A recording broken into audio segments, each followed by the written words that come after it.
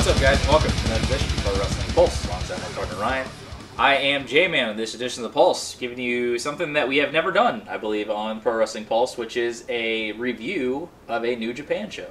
Yeah. I can say I don't believe we've ever done one before. Have we've never done the Wrestle Kingdom? No. No? We reviewed Ultima Lucha. We did do that. That's true. But we've never done, I believe, a New Japan show. So this will be the first one that we've done here. And we'll be reviewing New Japan's Dominion show that just took place, I think last weekend it was, whenever this review gets up. Took place on the 11th of June. Yeah, it's a great show. Obviously, I think we were both in unison in saying that it's the best show that we've seen so far in 2017. Outside of the Wrestle Kingdom show, I guess it's the only other competition that it really has is its own show. But it's definitely up there. Both of those two obviously have genuine, legit, 4-star and then a 5-star match. The ratings have gotten out of hand with some things, but definitely up there for sure. Right. As far as match quality wise and things going here, and obviously some great stuff here. We started it last night, got through about, I'd say, a third of the show, and then finished off the rest of it today. And yeah, we're going to go ahead and get out here. We were talking about how, we have the series coming up that we're doing where we're going to be stop watching WWE, so we'll try and get maybe some other stuff out here. This will be something else. So we'll go ahead and get this kicked off here. First matchup, we had an 8-man tag match. A lot of the stuff you kind of see on a New Japan show where you just kind of stack up a bunch of guys. We had Jushin Liger did I'll tell you right now, I'm going to butcher some of these fucking names, but just bear with us. We have Jushin Thunder Liger, Satoshi Kojima, I'll just say Kojima, Hiroshi Tenzan, and Manabu Nakanishi, I believe it was, going up against Yuji Nagata, Toge Makabe, Tiger Mask, and Tiger Mask W in this matchup. Yeah, this was just, they do this sometimes. They just kind of have some guys here and there. They just throw them together in a kind of an opening match. It's mostly like legend guys or guys that have been around the block, some more well-known names. Inception, that's the GoPro. Dude. Inception. Video inside of video. Video inside of you guys will know about this. This is GoPro. This is soon. Eighth wall shit right here. Eighth wall. Beyond the fucking realms of fourth wall breaking. You're right. It's too good to be true. Too good. It is 4 lit, dude. 4 lit. There it is. You're right. Because it has to be. There's a video inside a video. It is. Right. Oh, right. Yeah, exactly. Right. Or 4 lit. There it is. Oh, damn. It didn't explode. It's fine. So, this was just kind of whatever. It was just kind of a little fun throw-together match. They just kind of have these matches sometimes. Have some of the big-name stars from Japan, Jushin Liger, Yuji Nagata, some of these guys, they've been around the block. Kojima, who was in ECW for towards the end of ECW right, when it was kind of dying out. But all these guys are, name guys. It is a little sad to note. I believe this is correct, and I if I'm wrong, correct me. Tiger Mask W is Kota Ibushi. It looked like it. It looked like it was Kota Ibushi, and he's kind of just wasted in that little spot. In a bunch of legends, and then you have one of the best talents in all of New Japan under a mask. Under a mask, just kind of floating around. If that is the case. If it is, I did hear word that he was injured, but I don't know because I think when he was in, again, you could correct us if we're wrong. I'm sure a lot of guys out there will be like watching this, and be like, nothing correct, god damn it. But I thought he was injured, and then I didn't know if he came back and was Tiger Mask or was injured when he was Tiger Mask. So I don't fucking know. Either way, if he's healthy, I would just use him as just Kota Ibushi. Yeah, you're right. You're right. I don't know the stature of that. I thought he was Tiger Mask W, but I don't know for sure. But yeah, that was cool. It was just a little cool whatever match. Wasn't really a dud. It wasn't really anything great. It was just kind of a little fun little throw together. Yeah, man. Exactly. You kind of get a bunch of the big name, Japanese legends, out there. Obviously with Liger, who was just made a big run in the Best of Super Juniors tournament. And yeah, you get a lot of the kind of name people out there go in and do a little ditty for fucking, 8 to 10 minutes or whatever the hell it was here. And yeah, the team of Nagata, Makabe, Tiger Mask, and Tiger Mask W getting the win. That opener there. Next up, we had a gauntlet tag match for the Never Openweight 6-man tag titles. A bunch of fucking random teams. I didn't write them all down because there was a fucking ton of them. I would say close to maybe 8 teams or so. I know it was 8. It might have been 5. Was there? I guess it's because there was a lot of guys. It just seemed like there was more. I think it was 5 teams of 3. Okay, was it? I believe, yeah. Okay, yeah, there was a team with Ricochet, was on a team with a guy, Juice Robinson, who we said is a combination of Bo Dallas and Tyler Rex. Rex, which is pretty fucking spot on. You're right. Had bitch ass Zack Sabre Jr. out there. That bitch, pussy fucker. I have a genuine despise for Zack Sabre Jr. I don't know if we've gotten this on camera before, but he just comes off like a bitch. Like, I don't know why. He's a great wrestler. He's a good worker. Yeah, he's a good worker. I just don't. He's just a pussy to me. He comes off like a pussy. He has like his pussy tendencies. He does, but he looks like a very, as I said last night, he looks like one of those dinner candle sticks that are like the long ones that you stick in, like, and you don't ever really light them. But if you lit it, that's what Zack Sabre Jr. looks like. He looks like a melted, really tall candle. Zack Sabre Jr. looks like he doesn't have bones. Right. Zack Sabre Jr. looks like he could get across joining a junior soccer team and come across like he is on that team. He has a 0 shoulder length. He doesn't. Right. That is true. Or muscle mass whatsoever. Right. He's just like fucking bones and skin, and he goes out there and puts you in a fancy. I wouldn't even say he hole. has bones. We've agreed. He's probably just cartilage and skin. Yeah. Yeah, and no heart. No heart. I don't feel like he has a heart. God, we're shitting on Zack Sabre Jr. so hard. Yeah, whatever. Yeah. He was in a team. Ricochet was cool. I like Ricochet. We love Ricochet. There's a couple of, thrown in That's two other guys that kind of were wasted on this card, even though the card ended up being really great. Just Zack Sabre Jr. and Ricochet just kind of being buried in this. Yeah, I noticed Will Ospreay wasn't on the show. Will Ospreay wasn't on the show. So I don't know where he was but this one it just overstayed its welcome. It was just kind of draggy. Yeah, it did drag a little long. But the group, I'm going to butcher this, Los Ingobernables de Japan, I think, with Bushi, Evil, and Sonata, which they're running with Naito, which I fucking love Naito. That whole group, just kind of heel, established group. Tons of factions and groups in Japan, obviously. But they retained their never openweight 6-man titles in this matchup, like we said. Just kind of overstayed its welcome. There were some cool spots when you got in there with, with Ricochet. Obviously, he's great in the stuff he does. Juice Robinson did some cool shit in there, too. But I can't remember anything that really stood out. It was just more oh, cool, Ricochet's in there. And that's about it. Yeah, there's just a couple of dive spots, little here and there spots. Just, I don't know. It was just kind of clusterfucky. A little bit, yeah. But, whatever. But them retaining the but it wasn't terrible. No, it wasn't terrible. Next up, we had the IWGP Junior Heavyweight Tag Titles line when champions Roppongi Vice went up against the Young Bucks. Yeah, it's just kind of a classic kind of junior heavyweight title match that they seem to have here nowadays. It's just like the Young Bucks can just have these kind of matches in their sleep. They go out there, they get in the ring with these guys, almost any guy really. Yeah. Any guy, any team in that are cruiserweights or juniors. And just throw them together and get in there, and they can just, dance around with them and put on a 15-minute match. And one of the things that's been kind of talked about with the Young Bucks is, for the longest time, is all their matches are the same. And that's, you're not wrong, but they're not. It's entertaining. Yeah. Every time it's entertaining. Right. It's good and entertaining every single time. So it's just one of those things where it's like, I don't know if I really care that they're the same. I don't care. I don't either. I don't care if they're the same or not. And I think a lot of people give flack to somebody like Ospreay too, where a lot of his matches are the same. But everybody's like, "Oh, the match. If you see one Ricochet Ospreay match, you've seen a million Ricochet Ospreay matches." I don't give a shit. They're entertaining. Yeah, they're fun as fuck. They're athletic as hell. The Young Bucks are great. They obviously, like Ryan said, you get them in there with any team that's like that, they'll make something out of it that's entertaining. And yeah, I do have to say about Roppongi Vice though. They're fine. They're good. They're good. I just don't care, or I don't care or not care about them. Right. They're just kind of just there, yeah. and that to me in wrestling is not good. No. Like if you just being there, you either be one thing or another for sure. You don't hate or like something a lot. You're just there. You're just there, and you're just kind of like in the way. Right. I mean, don't get me wrong. They're good. They're good workers, and they've been the junior tag champs, off and on for years. But they don't really give you anything special. Yeah. But the Young Bucks do. And like I said, I think this is a good match.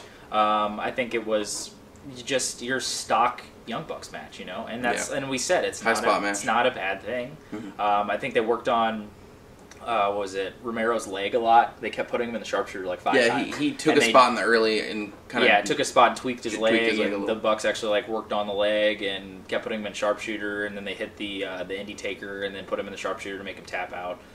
So that was kind of interesting. But the Young Bucks will be becoming 6-time junior heavyweight That's crazy. Tag champions. I mean, they're just all about, man, fucking the Elite and Omega and them. They just run that shit over there now, and they love it. You know, if you guys don't watch their YouTube series, Being the Elite, check it out. I tore through it in like 2 days and watched like all 50 episodes. It's hella entertaining, and those guys are just genuine. If you don't appreciate the Young Bucks, go watch those videos and you'll appreciate them a little bit more. Because I was kind of a person that kind of took them for granted. Like we said, you throw at a Young Bucks match, you've seen every one, but they're always hella entertaining. But you get to meet the people behind that and everything, and they're just genuine, just good people. And obviously they get in there and have some great fucking matches. And this is your stock Young Bucks match, which isn't a bad thing. But it was some good stuff here. Yeah. And the Young Bucks winning, as we said, 6-time IWGP Junior Heavyweight champions in that matchup. Next up, we had the IWGP Heavyweight Tag titles on the line, when champions War Machine went up against the Girls of Destiny, Tama Tonga and Tongaloa, or whatever the hell. This was some great shit. This was really kind of surprised me. I was not expecting this to be as good as it was, but I think to the surprise of both me and Ryan, this delivered and was entertaining. I think it didn't... I think the good thing that I could say about this match, which I could say a lot of good things about this match, but the really good thing that I think they did is they didn't work through the bullshit phase of a match. They just kind of just went at it. They didn't fuck around and try to do some just typical tag team fuckery. They just went in there and just went full bore and just started to get into some spots, and it was like 10 minutes long, and it did exactly what it needed to do. I think a lot of tag teams get in there and just fuck around, and they shouldn't be, because they just either don't have chemistry or they're just not that good, or whatever the case may be. But these guys... it didn't matter, because they fought through it and they hid any weaknesses if they would have had any, because they just said fuck it, went out there in 10 minutes and just kind of just whooped ass for that amount of time, and it ended up being really entertaining. The Girls of Destiny getting the win here and becoming the IWGP Tag Champions in this matchup. War Machine has improved. We both said that together. They're very athletic for their size. Right. You know, they obviously have that look and the gimmick behind them, the fucking hard-ass, like, Viking, hard-looking motherfuckers. But yeah, you could tell they're improving. Obviously, Japan's going to get behind a team like that. They love their big fucking hard-ass dudes. You know, Michael Elgin, the same kind of way. But the Girls of Destiny, they just came off like just a darker, just non-PG version of the Usos, and it was fucking awesome. Their whole get-up, and obviously being in the Bullet Club and having their face paint and fucking shit on, it was fucking sick. Like their whole gimmick is being like the sub kind of genre, and then having it be an acronym to just be God of Girls of Destiny. I think that's fucking hard. And yeah, they just went out there and just kind of whooped ass for 10 minutes and put on a really good tag team matchup here in the Girls of Destiny, becoming new IWGP Tag Champions. Yeah, I love this. This is one of my favorite matches on the show, and it was short. It was to the point. It was sweet. All the guys got their spots in. They did some cool stuff here. Some of this, I mean, I haven't really followed a lot of... I've seen War Machine a couple times, in Ring of Honor, and I never really followed them that much. And I just kind of were like, these guys are whatever, I never really, got to see them explode and put on a really good match. And I haven't really watched much Ring of Honor lately. It's kind of terrible also. But, this was great. This was a really good match, and I was thoroughly entertained the whole time. I thought everyone in this match did some good stuff. I think it was like... It wasn't too, like, sometimes you just feel like stuff's just too drawn out and they're trying to make it seem, special and blah, blah, blah. Right. These are just two whoop-ass teams. They just go out there and beat ass and, beat face, and then they're done. You know what I mean? And then they just crammed all the good stuff that you want to see into a tag match, into a 10-minute span, and it just kept getting better and better, and then it finished with, a bang, obviously. But... this is one of my favorite matches on the show, for sure. Good stuff. Girls of Destinies are awesome. Yeah, they're awesome too. They're pretty fucking also, sweet. And it just didn't overstay its welcome. It didn't do a bunch of bullshit fuckery, tag team-wise stuff. It was exactly what it needed to be. I think it was a really properly booked tag match there. Next matchup, we had a singles match between Cody, can't say Rhodes, just Cody, Bullet Club member, the American Nightmare, going up against Big Michael Elgin. First thing, I got a little something to say about both these guys here. Yep. First, I'm going to talk about Michael Elgin, okay? Michael Elgin is fantastic. Yeah, he's great. He literally has zero personality outside of the ring, which does not matter in Japan. I mean, for the most part. Right.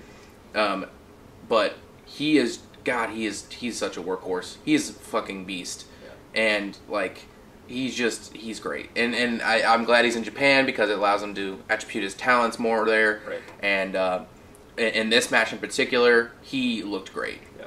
Cody Rhodes looked awful. Yeah. I have no idea what Cody Rhodes is doing. Yeah. I don't know. I think he just thinks that he was in WWE and he's Dusty Rhodes' son. Yeah. And he just can do whatever he wants wherever he goes. Away with it. And just does what he wants. Right. And he has zero, like, structure for any type of... He was, like, doing Stardust shit, and then he was just randomly blowing kisses, and I was just like... and his just, like, the structure of his matches are just... Any match I've seen since he's been out of WWE... It's just been fucky. It's just been, like, random, and, like, there's zero structure, and it's like, he comes out like he, you know, has his jacket on, and he's this, you know, character, and he's the American Nightmare, this, and blah, blah, blah, and...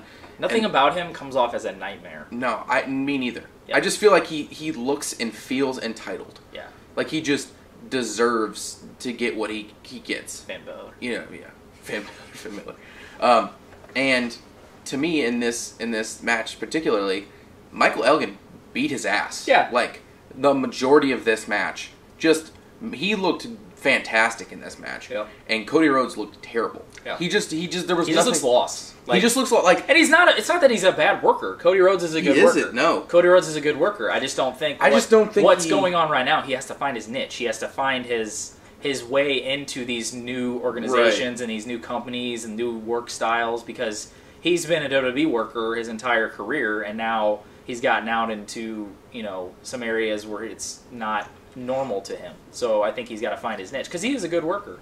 But he never really did an indie run. He wasn't one of those guys that kind of did an indie run and just jumped around territories and stuff. He's been, you know, a silver spoon for his entire life because of his dad and because of his family. And you're starting, you know, as a wrestling fan, you can see it. You can see that he hasn't had that stretch of working the territories and working the indie promotions and he's doing all of that right now. Paying your dues outside of the company to get noticed and you know, he's champion. He's doing stuff in Ring of Honor. He's in New Japan. He's in companies in Europe. Like I've seen big high-profile matches. Yeah. He's going to be facing Okada coming up in the G1 US special. He's in the main event. No, he's in the main event of Best in the World with Daniels. Yeah. He was in the main event of one of the last show, and he just doesn't feel like he deserves it. Yeah. He just feels like he feels like he's just entitled to that. So he's like, I'm Cody Rhodes. Like, yeah, I was in WWE. I should just be there. And it's just like, well, I mean, you're Cody Rhodes. He hasn't put, in my opinion, since he's been out of WWE, he hasn't put on one great match. And he came into Ring of Honor, and then he was in Impact. He's jumped around, and he's just kind of doing this whole world traveler thing. Right. And I've seen him in pictures and videos of him in random indie promotions across the country. Just him working one match and becoming the champion. I'm just like, you it's not like you deserve not that. Deserving it. It's you just haven't proven entitled. anything to me. And at least as a wrestling fan, you know what I'm saying? We could say we're entitled as wrestling fans because we know we don't get in the ring and have to prove anything. Right. But god damn it, I've been watching wrestling probably just as long as you've been alive, Cody Rhodes. Not as long as you've been alive. No, that's too long. No. He's older than us. How old is he older than us? Oh, yeah, Cody Rhodes. Is he like 30 maybe? Maybe close to it. I'm almost positive I'm a bigger wrestling fan than him. And his dad was I guarantee the American Dream. I guarantee we both are. Yeah. For sure. We're just shitting on Cody Rhodes and fucking Zack Sabre Jr. It doesn't matter. Yeah, this was just, they didn't Did they say who won? Cody Rhodes won. Cody Rhodes won. Yeah. And Michael Elgin dominated 95% of this match. Clean. Cody Rhodes just took him down, hit a crossroads, and 1, 2, 3. And then he just no-sold everything. And I was just like, all right. It wasn't a terrible match. He just got dominated. It was just but like... it wasn't good. It was just there. It was just okay. Yeah. It was okay. But yeah, Cody getting the win in that match, he's just got to find something. Because he's a talented guy. We don't dislike Cody Rhodes, but if he's going to do this entitled fucking, I should just be champion everywhere because I'm Cody Rhodes and I came from WWE, then yeah, you could fuck off. Because guys like Michael Elgin who work their ass off over all of these places and have paid some fucking dues and just put on genuinely great matches, deserve those opportunities over, entitled people from bigger companies that come in like Cody. But whatever. Next up, we had the IWGP Junior Heavyweight Championship on the line when the ticking time bomb. Hiromu Takahashi going up against Kushida. This was some great stuff. This is really good. Anything Kushida touches is just gold lately. Obviously, the best of the Super Juniors won that one in a match that both of us still haven't seen in the finals with him and Ospreay, which has to be insane.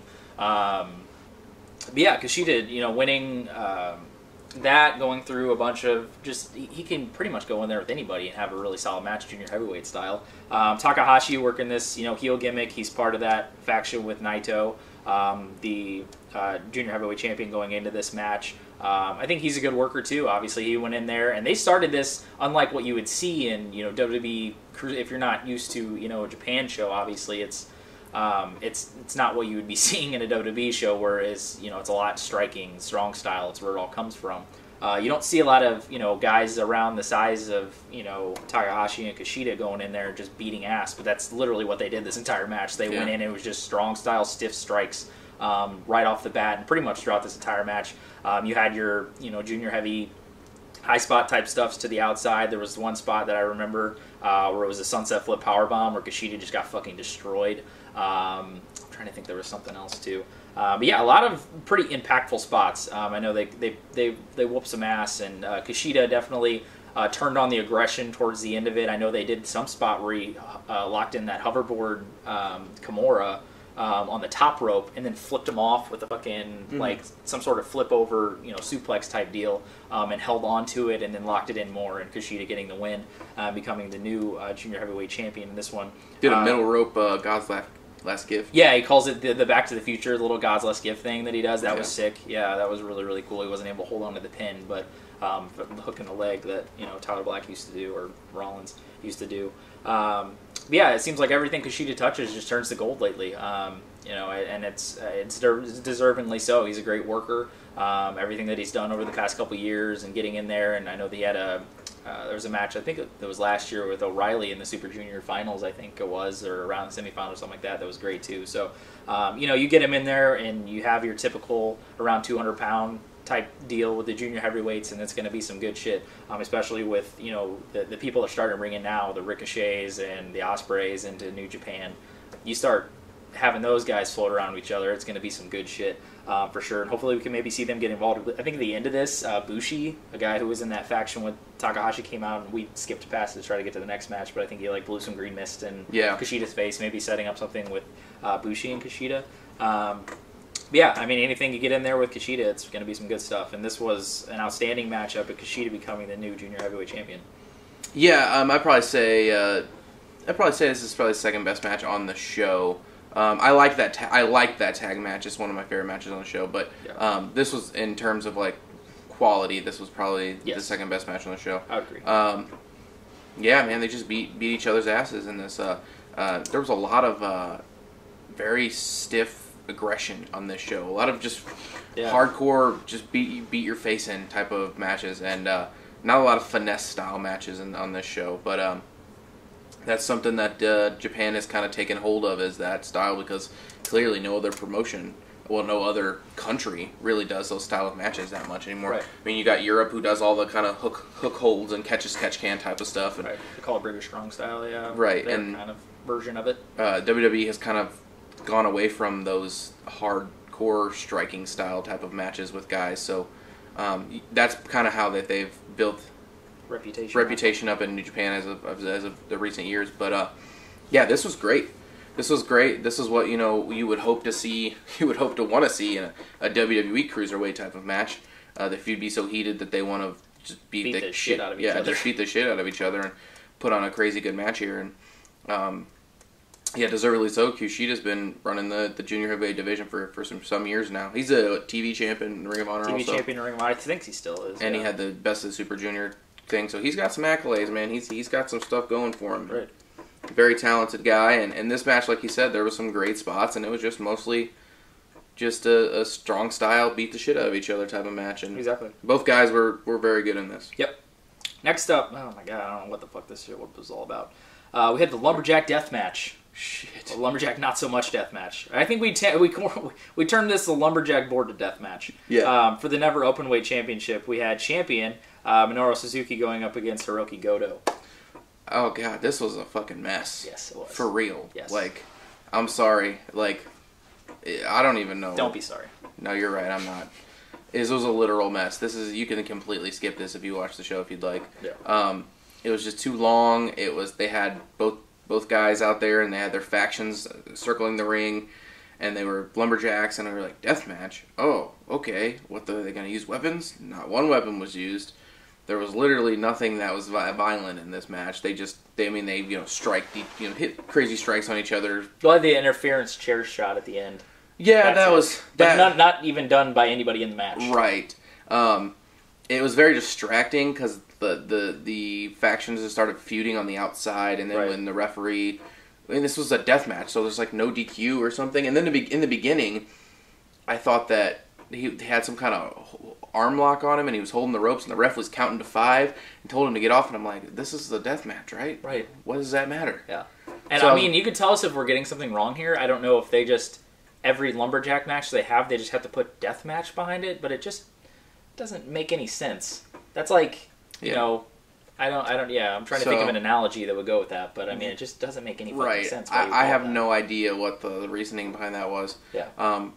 But this was just all over the place, man. There was feuding on the outside and spots on the outside and just people falling all over the place. Spots that they did, and then we had to see fucking Zack Sabre Jr. again. Fucking Zack Sabre, goddamn. Just Jr. a fucking again. loose wet noodle. Goddamn little heartless noodle. Just no bone having ass, noodle ass looking, candle looking pussy. God damn, dude, the internet's gonna kill us, dude.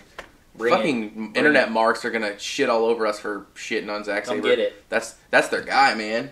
Zack Sabre. Pussy. That's what I say. Straight pussy. Zack Sabre pussy. Oh God, we're so shitty. We're so shitty. We give 0 fucks. 0 fucks given. It's our gimmick. Minoru Suzuki getting the win in that passable board to death match. Next up, kicked up the pace again. We had the IWGP Intercontinental title on the line when champion Tetsuya Naito went up against Hiroshi Tanahashi. This was some good stuff. I love Tetsuya Naito. I love the gimmick that he runs, that faction that he's doing. Being Intercontinental champion, and Kevin Kelly, we had got English commentary in the link that we found for the show, so kind of giving the backstory as far as like how the gimmick was, because I knew basically the premise is he was Intercontinental champion, he's a heel, he gives 0 fucks, so he just treats the title and the organization like he just doesn't give a shit about it, so he just fucking fucks the title up and rips it apart, and I think that's genius. Yeah. I just think that's just genius to have a heel, because if you're a heel and you're rebelling against the authority, why would you give a shit about anything? Instead of like just going along with what they want you to do this kind of shit. Just fuck your title up. Like, oh, I'm gonna win it, but I'm gonna treat your company like it's trash. I think that's fucking brilliant. Didn't he say that New Japan had too many titles? Yeah, and so that the IC title didn't mean Naito anything? was saying that I won the title, but you just keep making up all these titles. Now you got the U.S. title you're coming in with, and you just how many more titles are you gonna make? Like, I'm just gonna fucking retire this title and just desecrate the shit out of it and just tear it to pieces because it doesn't mean anything because you just keep making championships. And I think that's a nice play on how wrestling has been over the last couple of years, with how wrestling treats in general, especially WWE is the main one, how they treat their championships like pieces of candy. I think that's a great narrative on what Naito is saying with I don't know if he's trying to get that over. I don't know if that's his premise behind this gimmick, but to me, that's what I get out of it, and I think that's fucking brilliant. Because you look at championships in professional wrestling, how it used to be treated, even back 15 years ago in places like Ring of Honor, where it meant something to be champion, and it meant something to have these lengthy title runs, and for somebody to retain or somebody to be defeated for a championship. Now it's like, who fucking cares? You got so many different titles. You've got people winning it every fucking night. The shit they went back and forth for the women's title on Raw, where it was just every night somebody was fucking new champion and winning it at pay-per-views and Raws, and it's like, who cares? Like, it's a piece of candy. So I think it's interesting narrative that Naito plays with the title, and I think it's a fucking genius gimmick. And I just love how he carries himself. He just gives 0 fucks, and he just comes in and just throws shit around and just doesn't care. And going up against Captain Company, Hiroshi Tanahashi, who is all about respect for the company and respect for the title and wanting to bring back that. So I think that's a great play on that storyline and a perfect characters to clash against that. The guy who stands up for the company and the guy that just gives 0 fucks about it. I think that's awesome. This was a tale of 2 matches for us, I think. The beginning portion of this match kind of dragged ass. It was around almost 30 minutes long. But I think the last 15 minutes really picked up the pace and saved this from being kind of a letdown, but ended up being a great match. I would say probably my opinion, probably the third best match on this show. I think we gave this one around 4 or 4.25. But yeah, Tanahashi getting the win in this matchup. There was a high fly flow spot on the outside that he hit. Naito kept going for his finish, Destino or Destino or whatever the hell he calls it. It's like some reverse little neckbreaker thing or DDT thing that he did off the top and tried to hit that. And I believe Tanahashi ended up getting the win with the Texas Cloverleaf that he held on for a really, really long time. Sad and deep, and finally made Naito tap out for that. Unfortunate to see Naito get rid of the IC title because I would have liked to see him just literally retire the title if they had ended up bringing in the US title. I think that would have been a really cool thing to see. But giving it to Tanahashi, even though it's totally fucked up, like there's plates missing. The front corner is like ripped off of the fucking title, like it's like cracked in because he threw it up against the post so many times. I just can't get over how much I enjoy that fucking gimmick. I think it's great, and I think Naito plays it awesome. But yeah, great stuff here, and a really solid match that really picked up the pace in the last 10 to 15 of this one. Hiroshi Tanahashi, the new Intercontinental Champion. Yeah, I think, like you said, I don't think it's just WWE. I think it's just a testament to major promotions in general over the last 10 years. For sure.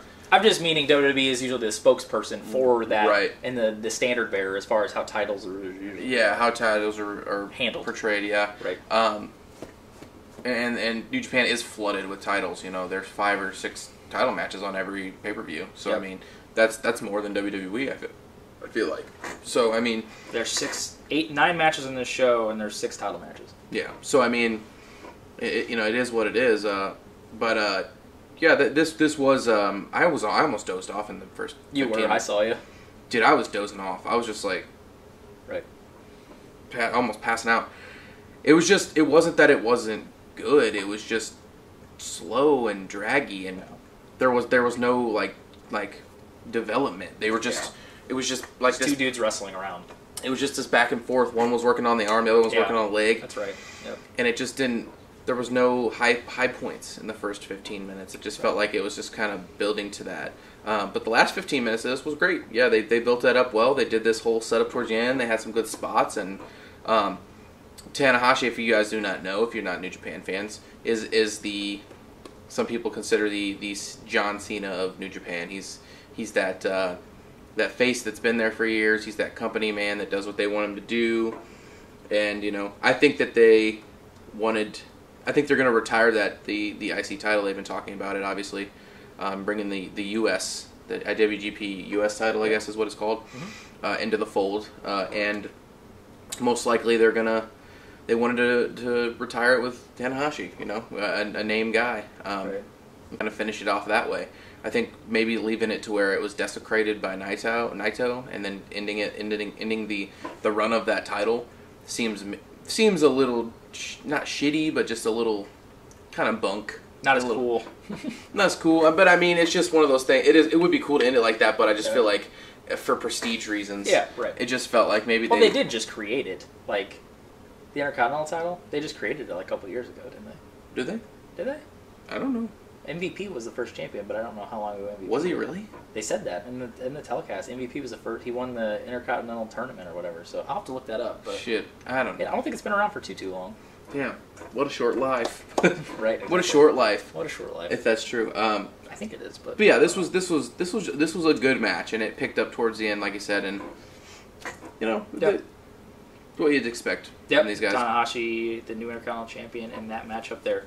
Next up, we have the eagerly anticipated rematch. We were, extremely eager to see this one after seeing how great the first one was.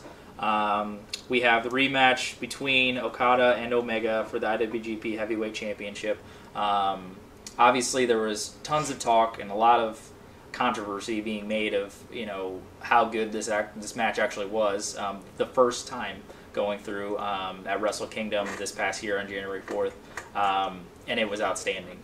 There was a lot of people, obviously Dave Meltzer, the star fucking rating czar, I guess now, who's just making new fucking realms of the star rating.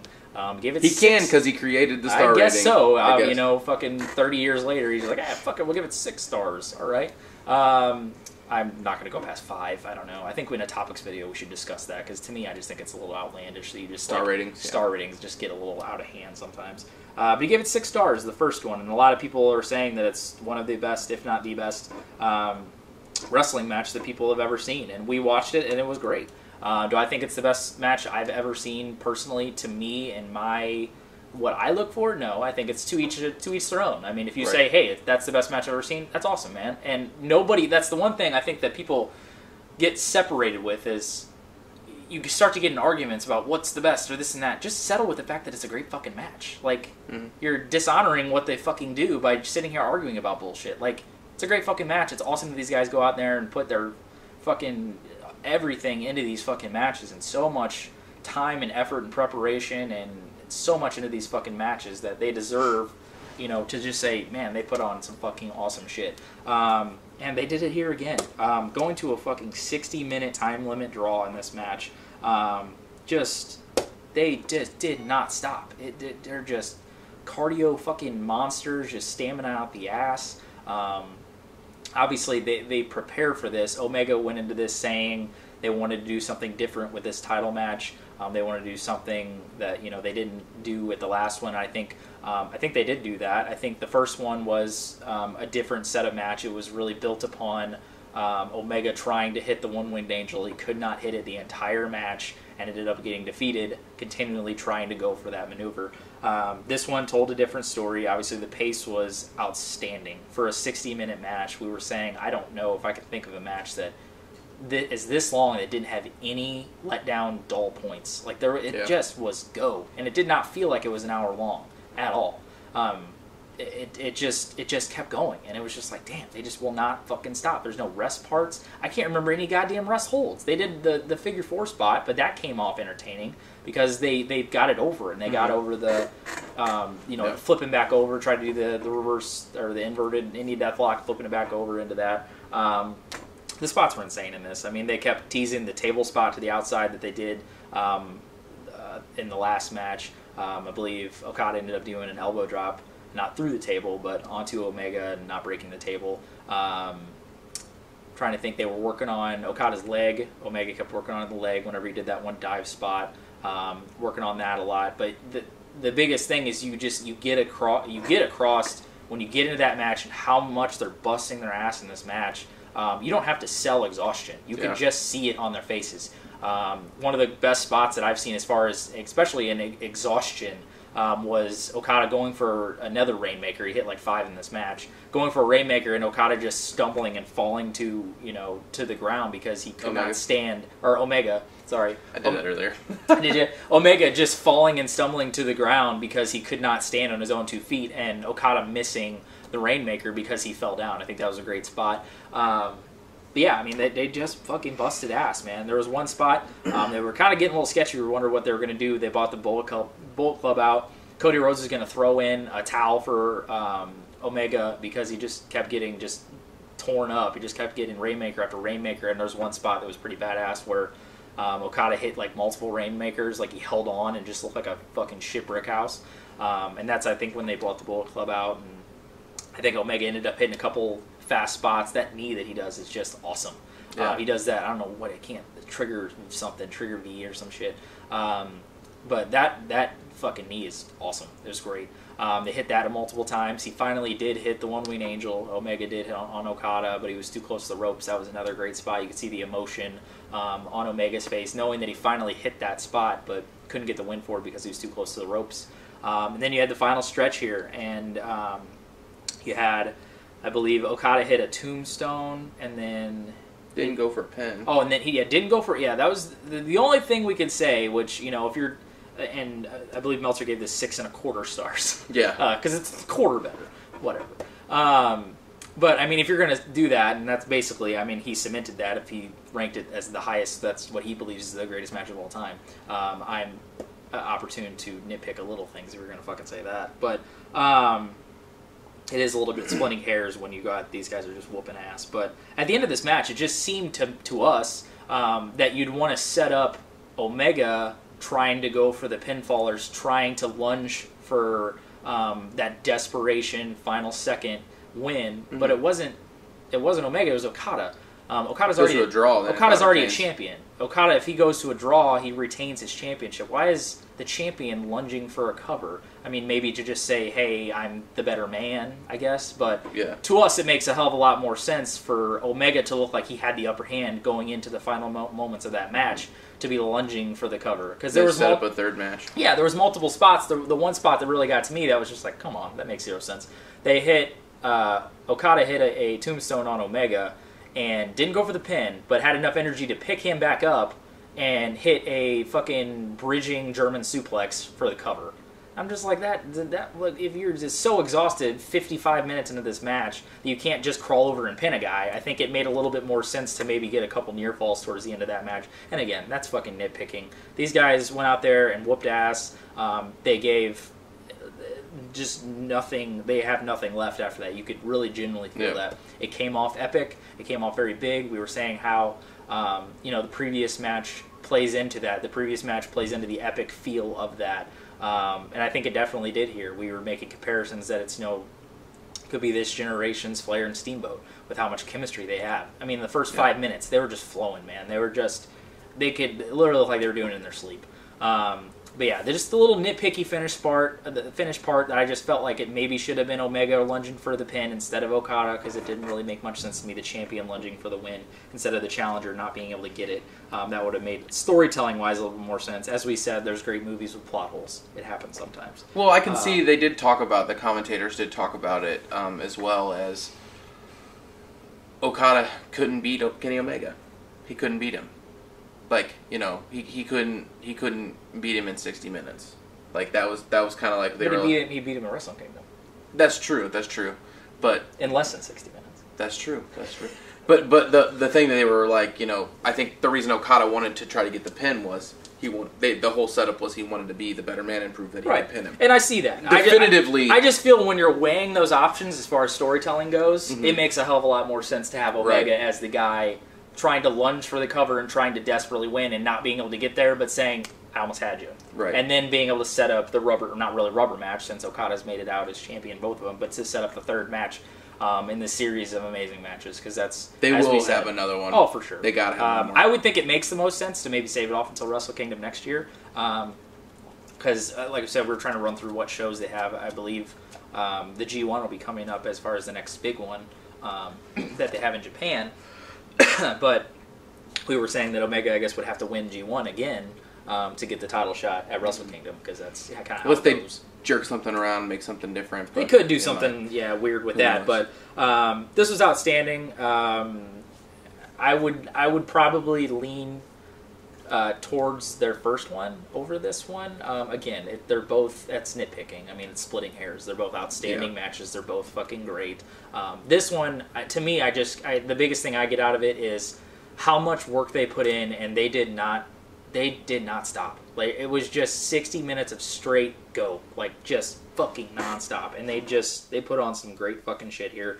And Okada making it out as still the IWGP Heavyweight Champion after that 60-minute time limit draw classic. Yeah, is this the greatest match of all time? I don't think so. I don't think it is. However, I do think it is the greatest 60-minute draw match. Oh, yeah. I would say so, too. In every 60-minute match that I've seen ever, there's always rest points and there are always boring points. There's a 15, maybe 20-minute period of time where, throughout the match, where you're just rest holding and kind of just going through some little nitpicky stuff here and there and trying to kill time. I wasn't like that with this.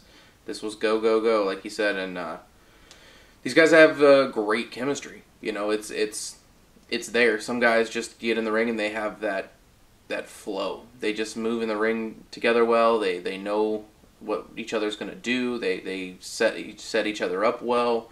Then it's just like, just pouring water into a cup. That's how the flow is. It's so flowy. It's like literally pouring water. Just hopefully it's not water from Cure for Wellness water. Oh, that movie's terrible, by the way. Don't see that movie. We'll shit on that too, though, as long on top of Cody and Zack Sabre. Noodle Boy. Fucking bleh. But yeah, no, this was great, and I would highly recommend this show. I would highly recommend anyone watching New Japan. Yeah. Their pay-per-views are great. Yeah. They have some really talented guys on their roster. They have some good American talent. If you're just worried about everyone being just Japanese and not knowing, they have English fuck. I'm just saying. I know. The point being is some people are like to tie in, the casual fan of to bridge the wrestling. gap between American and Japanese. Right. Some people don't want to watch all Japanese wrestlers. Right. Or and then now they have English commentary for helps. the pay-per-views, so that's another thing. If you're finding yourself hard to get into watching Japanese wrestling, if you're a fan of of wrestling in general and just the work of it, then this is the promotion you want to watch right now, other than PWG probably. Right, exactly. So great show, probably the best show of the year, probably the best match of the year so far. But other than maybe the other one. Yeah. Those they're neck and neck with each other. So, well, 6 and 6 1/4. It's yes. neck and neck right there. Yeah, 6 and 6 1/4. Next one's got to be 6 1/2, right? 6 1/2, dude. If 6 1/2 coming. If it's 6 1/2, I swear to you, if they have another match and Meltzer gives it 6 1/2, I will literally never use star ratings ever again. I'm about to that point now.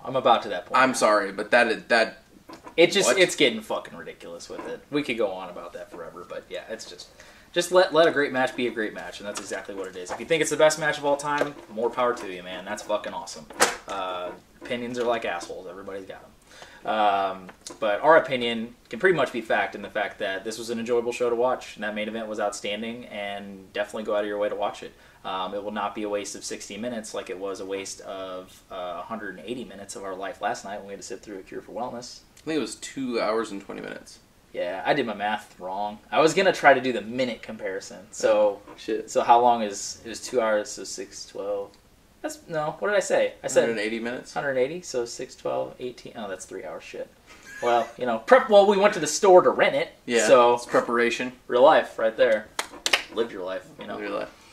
Yep, so this will wrap up our IWGP Dominion 2017. IWGP? What did I say? IWGP.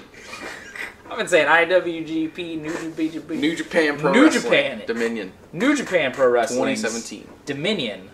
2007. I did say IWGP. By the way, if you guys could let us know, because I've off and on watched New Japan over the years. If Dominion is kind of New Japan's version of SummerSlam, I feel like it's one of their second best, biggest shows of the year. Feels like it to us, because I think last year the last couple years have had really quality matches too. So yeah, Wrestle King is obviously their WrestleMania, so for sure. But yeah, this will now wrap up our New Japan Pro Wrestling Dominion 2017 review. We'll have to get used to saying that. We're not usually on here with the New Japan shit. You're right. We'll get there. We'll get there. We're young boys. We're not old boys. We're young old boys. Not there yet. Young old boys. Calling back a joke. Young old boys. Damn. But yes, for my partner Ryan with his nice little jean jacket looking. Getting ready for this. Getting ready for the PPV. Yeah. The PPV. That's right. Looking nice and sleek. Try not to have HPV. Going to the PPV. Human. Oh God. Hyper person virus. Hyper person virus. HPV. Never heard of it. Hyper person virus. You just invented that right now, didn't you? I hope you just don't gurgle shit your pants. I think it's right. I think it's human deficiency. That's D. You said HPV. Oh shit, HDP. No, that's wrong. What? Human double penetration? What the fuck is happening? We need to get the fuck out of here is what we need to do. For Ryan, Mr. HDPTBB, IWGP, NJWPPB. I am J-Man, and thank you for watching another edition of Pro Wrestling Pulse, the Pulse, professional wrestling world.